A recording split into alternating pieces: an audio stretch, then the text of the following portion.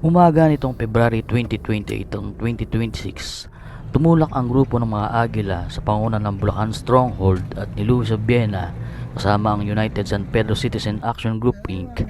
at Batch 78 ng Sapampalay National High School sa Sitio Haduan, Mabalacat City, Pampanga upang tunguhin ang komunidad ng mga Aita sa nasabing lugar.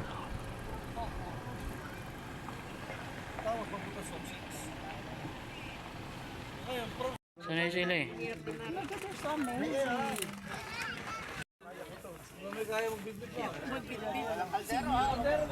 Bitbit namin sa aming pagpunta ang mga dilata, bigas, pagkain, damit, at iba pa para sa mga katutubong Aita. Kanya-kanya ng bulsa ng water. Hi guys! Welcome to my vlog. Hello. Nakasama namin si Ate Jennifer. Early, Lumingon ka. si Ate Tere, Hello. si Ate Jennifer. Ayun o. Jennifer, huwag kang iskabera. Lumingon ka. Nagbablog si Kuya Ramil. Andito kami sa anong barangay ito? Sitio Haduan. Sitio Aduan. Sitio Aduan. Haduan. Exciting, Ramil. Ayan ay tulay. Ayun yung tulay oh. Hanging bridge. Teka, magpipicture ako. Magpicture tayo dyan. Oo. Yung ilog nila ibang klase no? White ano?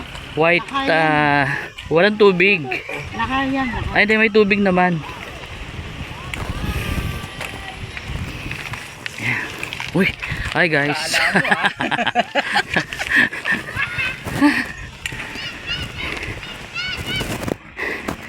So may hanging bridge dito.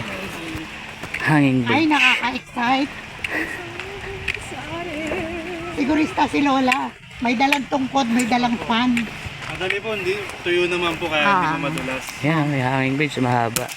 Ah. Ilang metro Ayan. yata. Let's go. Bago namin marating ang komunidad ng mga Aita sa Sitio Haduan, ay kailangan munang dumaan sa 120 meter suspension bridge sa Sacobia River. Ito ay kilala bilang Haduan Hanging Bridge na nagsisilbing tanging daan patungo sa mga Aita. Baka daw, siguro lang. Tanain mo Pagkatawid sa Haduan Hanging Bridge ay maglalakad pa ng 15 to 30 minutes para marating ang mga Aita.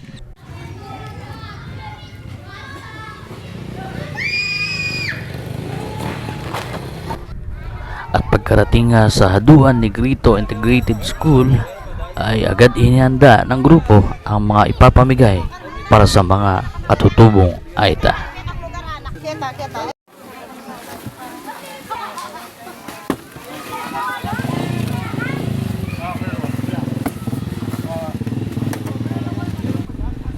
May mahigit na 250 na Aita ang nakatira sa Sitio Haduan o 157 families na nabubuhay sa pagtatanim ng mga crops, patatas, kamote, papaya at saging. Sila ay binubuo ng Mag-Anchi tribe na nakatira sa mga bulubunduking lugar malapit sa Clark Freeport Zone.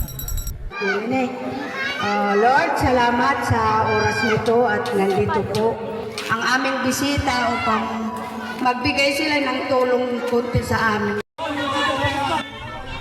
Pagkatapos nga makapanalangin ay sinimulan na ang pamamahagi ng mga regalo para sa mga katutubong Aita. Tahimik lang pero may galaw. Simula sa baba, pataas ang tanaw. Galing sa simpleng araw, simpleng pangarap. Walang shortcut sa buhay, puro hakbang. Hindi lahat ng laban kailangan maingay. Minsan tahimik ka lang pero tuloy ang galaw. Sa bawat video may kwentong dala. Hindi para magyabang kundi magmulat ng mata.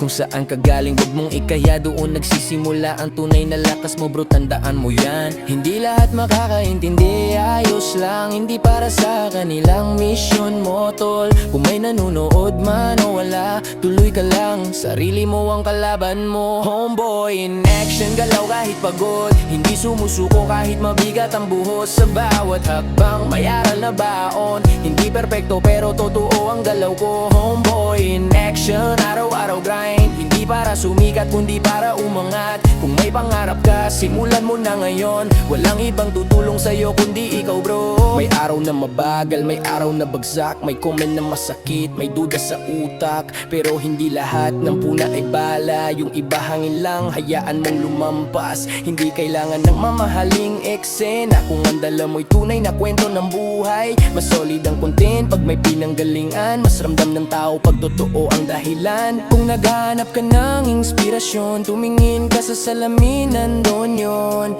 Hindi mo kailangan gayahin ng iba, sarili mong kwento ang puhunan mo pre. Homeboy in action, galaw kahit pagod, hindi sumusuko kahit mabigat ang buhos. Sa bawat hakbang may aral na baon, hindi perpekto pero totoo ang galaw ko. Homeboy in action, tuloy ang laban kahit walang palakpak, may paninindigan. Kung may pangarap ka, simulan mo na ngayon, hindi bukas, hindi mamaya ngayon. Hindi ko sinasabing madali to, pero sinasabi kong posible bro.